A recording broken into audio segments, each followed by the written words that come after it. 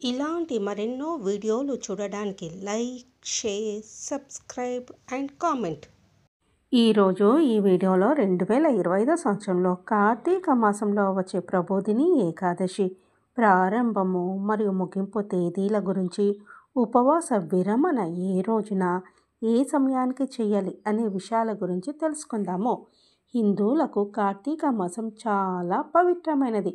కార్తీకము పరమశివుడికి ఎంత ఇష్టమైన మాసమో, అలాంటి ఈ నెలలో వచ్చే శుక్లపక్ష ఏకాదశిని ఉద్దాన ఏకాదశి లేదా దేవ ఉద్దాన ఏకాదశి లేదా ప్రబోధిని ఏకాదశి అని పిలుస్తారు. ఈ రోజున భక్తులు ఒక రోజంతా ఉపవాసం ఉండి సూర్యోదయం తర్వాత ఉదయము ద్వాదశి తిథి వచ్చినప్పుడు ఉపవాసం విరమిస్తారు. ఆషాఢ మాసంలోని శుక్లపక్ష ఏకాదశి రోజు విష్ణు శంఖాసురుడు అనే అజేయుడైన రాక్షసుడితో యుద్ధం చేశాడు. యుద్ధంలో విష్ణువు శంఖాసురుడిని చంపాడు. అయితే సుదీర్ఘ యుద్ధము భగవంతుణ్ణి విపరీతంగా అలసిపోయేలా చేసింది. అలసట నుండి ఉపశమనం పొందడానికి విష్ణువు ఆషాఢ శుద్ధ ఏకాదశి అనగా తొలి ఏకాదశికి పాలకడెల్లో విష్ణువు యోగనిద్రలోకి వెళ్ళి 4 నెలలు చాతుర్మాస వ్రత దీక్ష ముగిసిన తర్వాత కార్తీక శుక్ల ఏకాదశి రోజున మేల్కొంటాడు. అందుకే ఈ 4 నెలల కాలపు పితృకార్యాలు నిర్వహిస్తారు. అందుకే శుభకార్యాలు చెయ్యరు. ఉద్దాన ఏకాదశి నుంచి మంగళకరమైన శుభకార్యాలు ప్రారంభమవుతాయి. ఇందుకు ఆరంభ సూచనగా మరుసటి రోజు వైష్ణవ దేవాలయాలు మరియు గృహాలలో తులసి వివాహాలు కూడా జరుపుకుంటారు. 2025 సంవత్సరంలో ప్రబోధిని ఏకాదశి నవంబర్ 1వ తేదీన వచ్చి 2వ తేదీ వరకు ఉంటుంది. శ్రీ విశ్వావసు నామ సంవత్సరము, కార్తీక మాసము, శరత్ ఋతువు, దక్షిణాయనము. ఏకాదశి తిథి ప్రారంభము 1వ తేదీ నవంబర్ 2025 శనివారం ఉదయం 9:12 ప్రారంభమై 2వ తేదీ నవంబర్ 2025 ఆదివారం ఉదయం 7:31 ఏకాదశి తిథి ముగుస్తుంది. సామాన్య ప్రజలు దేవ ఉద్దాని ఏకాదశిని నవంబర్ 1వ తేదీన జరుపుకుంటే, వైష్ణవ భక్తులు నవంబర్ 2వ తేదీన ఉపవాసం ఉంటారు.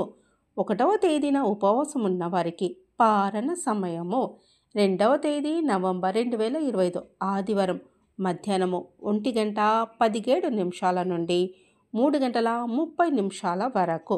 2వ తేదీ ఉపవాసం ఉన్న వారికి పారణ సమయము 3వ తేదీ నవంబర్ 2025 సోమవారం ఉదయం 6:15 నుంచి 8:33 వరకు.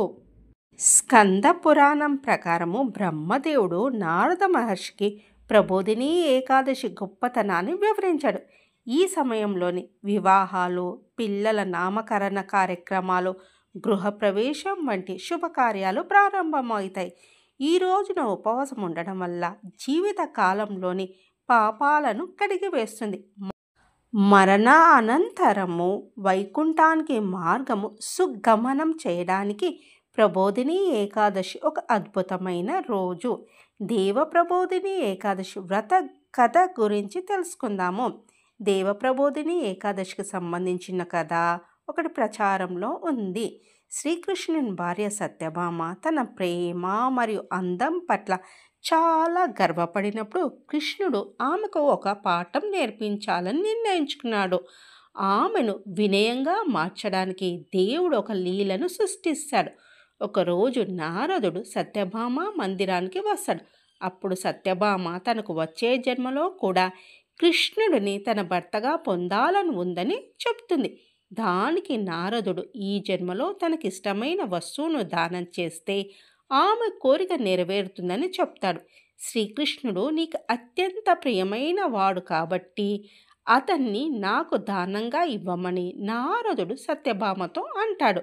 సత్యభామ శ్రీకృష్ణుణ్ణి నారదుడికి దానం ఇస్తుంది. నారదుడు కృష్ణుణ్ణి తన వెంట వెళ్ళబోతున్నప్పుడు ఇతర రాణులు అతన్ని ఆపుతారు. అప్పుడు నారదుడు కృష్ణుడితో సమానమైన బంగారమో రత్నాలో తనకు అప్పగించమని చెప్తాడు. కృష్ణుడు ఒక త్రాసు మీద కూర్చుంటాడు. మరో త్రాసులో అందరూ ఆభరణాలు పెడతారు. కానీ త్రాసు అసలు కదలదు. చివరికి రుక్మిణి తులసీ దళాన్ని త్రాసులో ఉంచుతుంది. అప్పుడు త్రాసు సమం అవుతుంది. నారదుడు తన మాట ప్రకారము కృష్ణుణ్ణి రుక్మిణికి అప్పగిస్తాడు. అందుకే ఈ రోజున ఉపవాసం ఉండి తులసిని పూజిస్తారు. ఏకాదశి వ్రత విధానం గురించి తెలుసుకుందాం.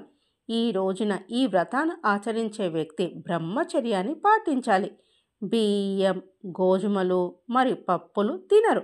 పాలు, పళ్ళు మాత్రమే స్వీకరిస్తారు.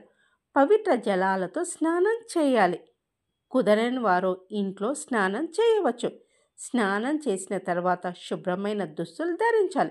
విష్ణువును ప్రార్థించి ఏకాదశి వ్రతాన్ని ఆచరిస్తానని ప్రతిజ్ఞ చేయాలి. విష్ణుకు ధూప దీప నైవేద్యాలను సమర్పించాలి. ఏకాదశి వ్రత కథను చదవాలి లేదా వినాలి. ఓం నమో భగవతే వాసుదేవాయ అని వీలైనన్నిసార్లు జపించాలి.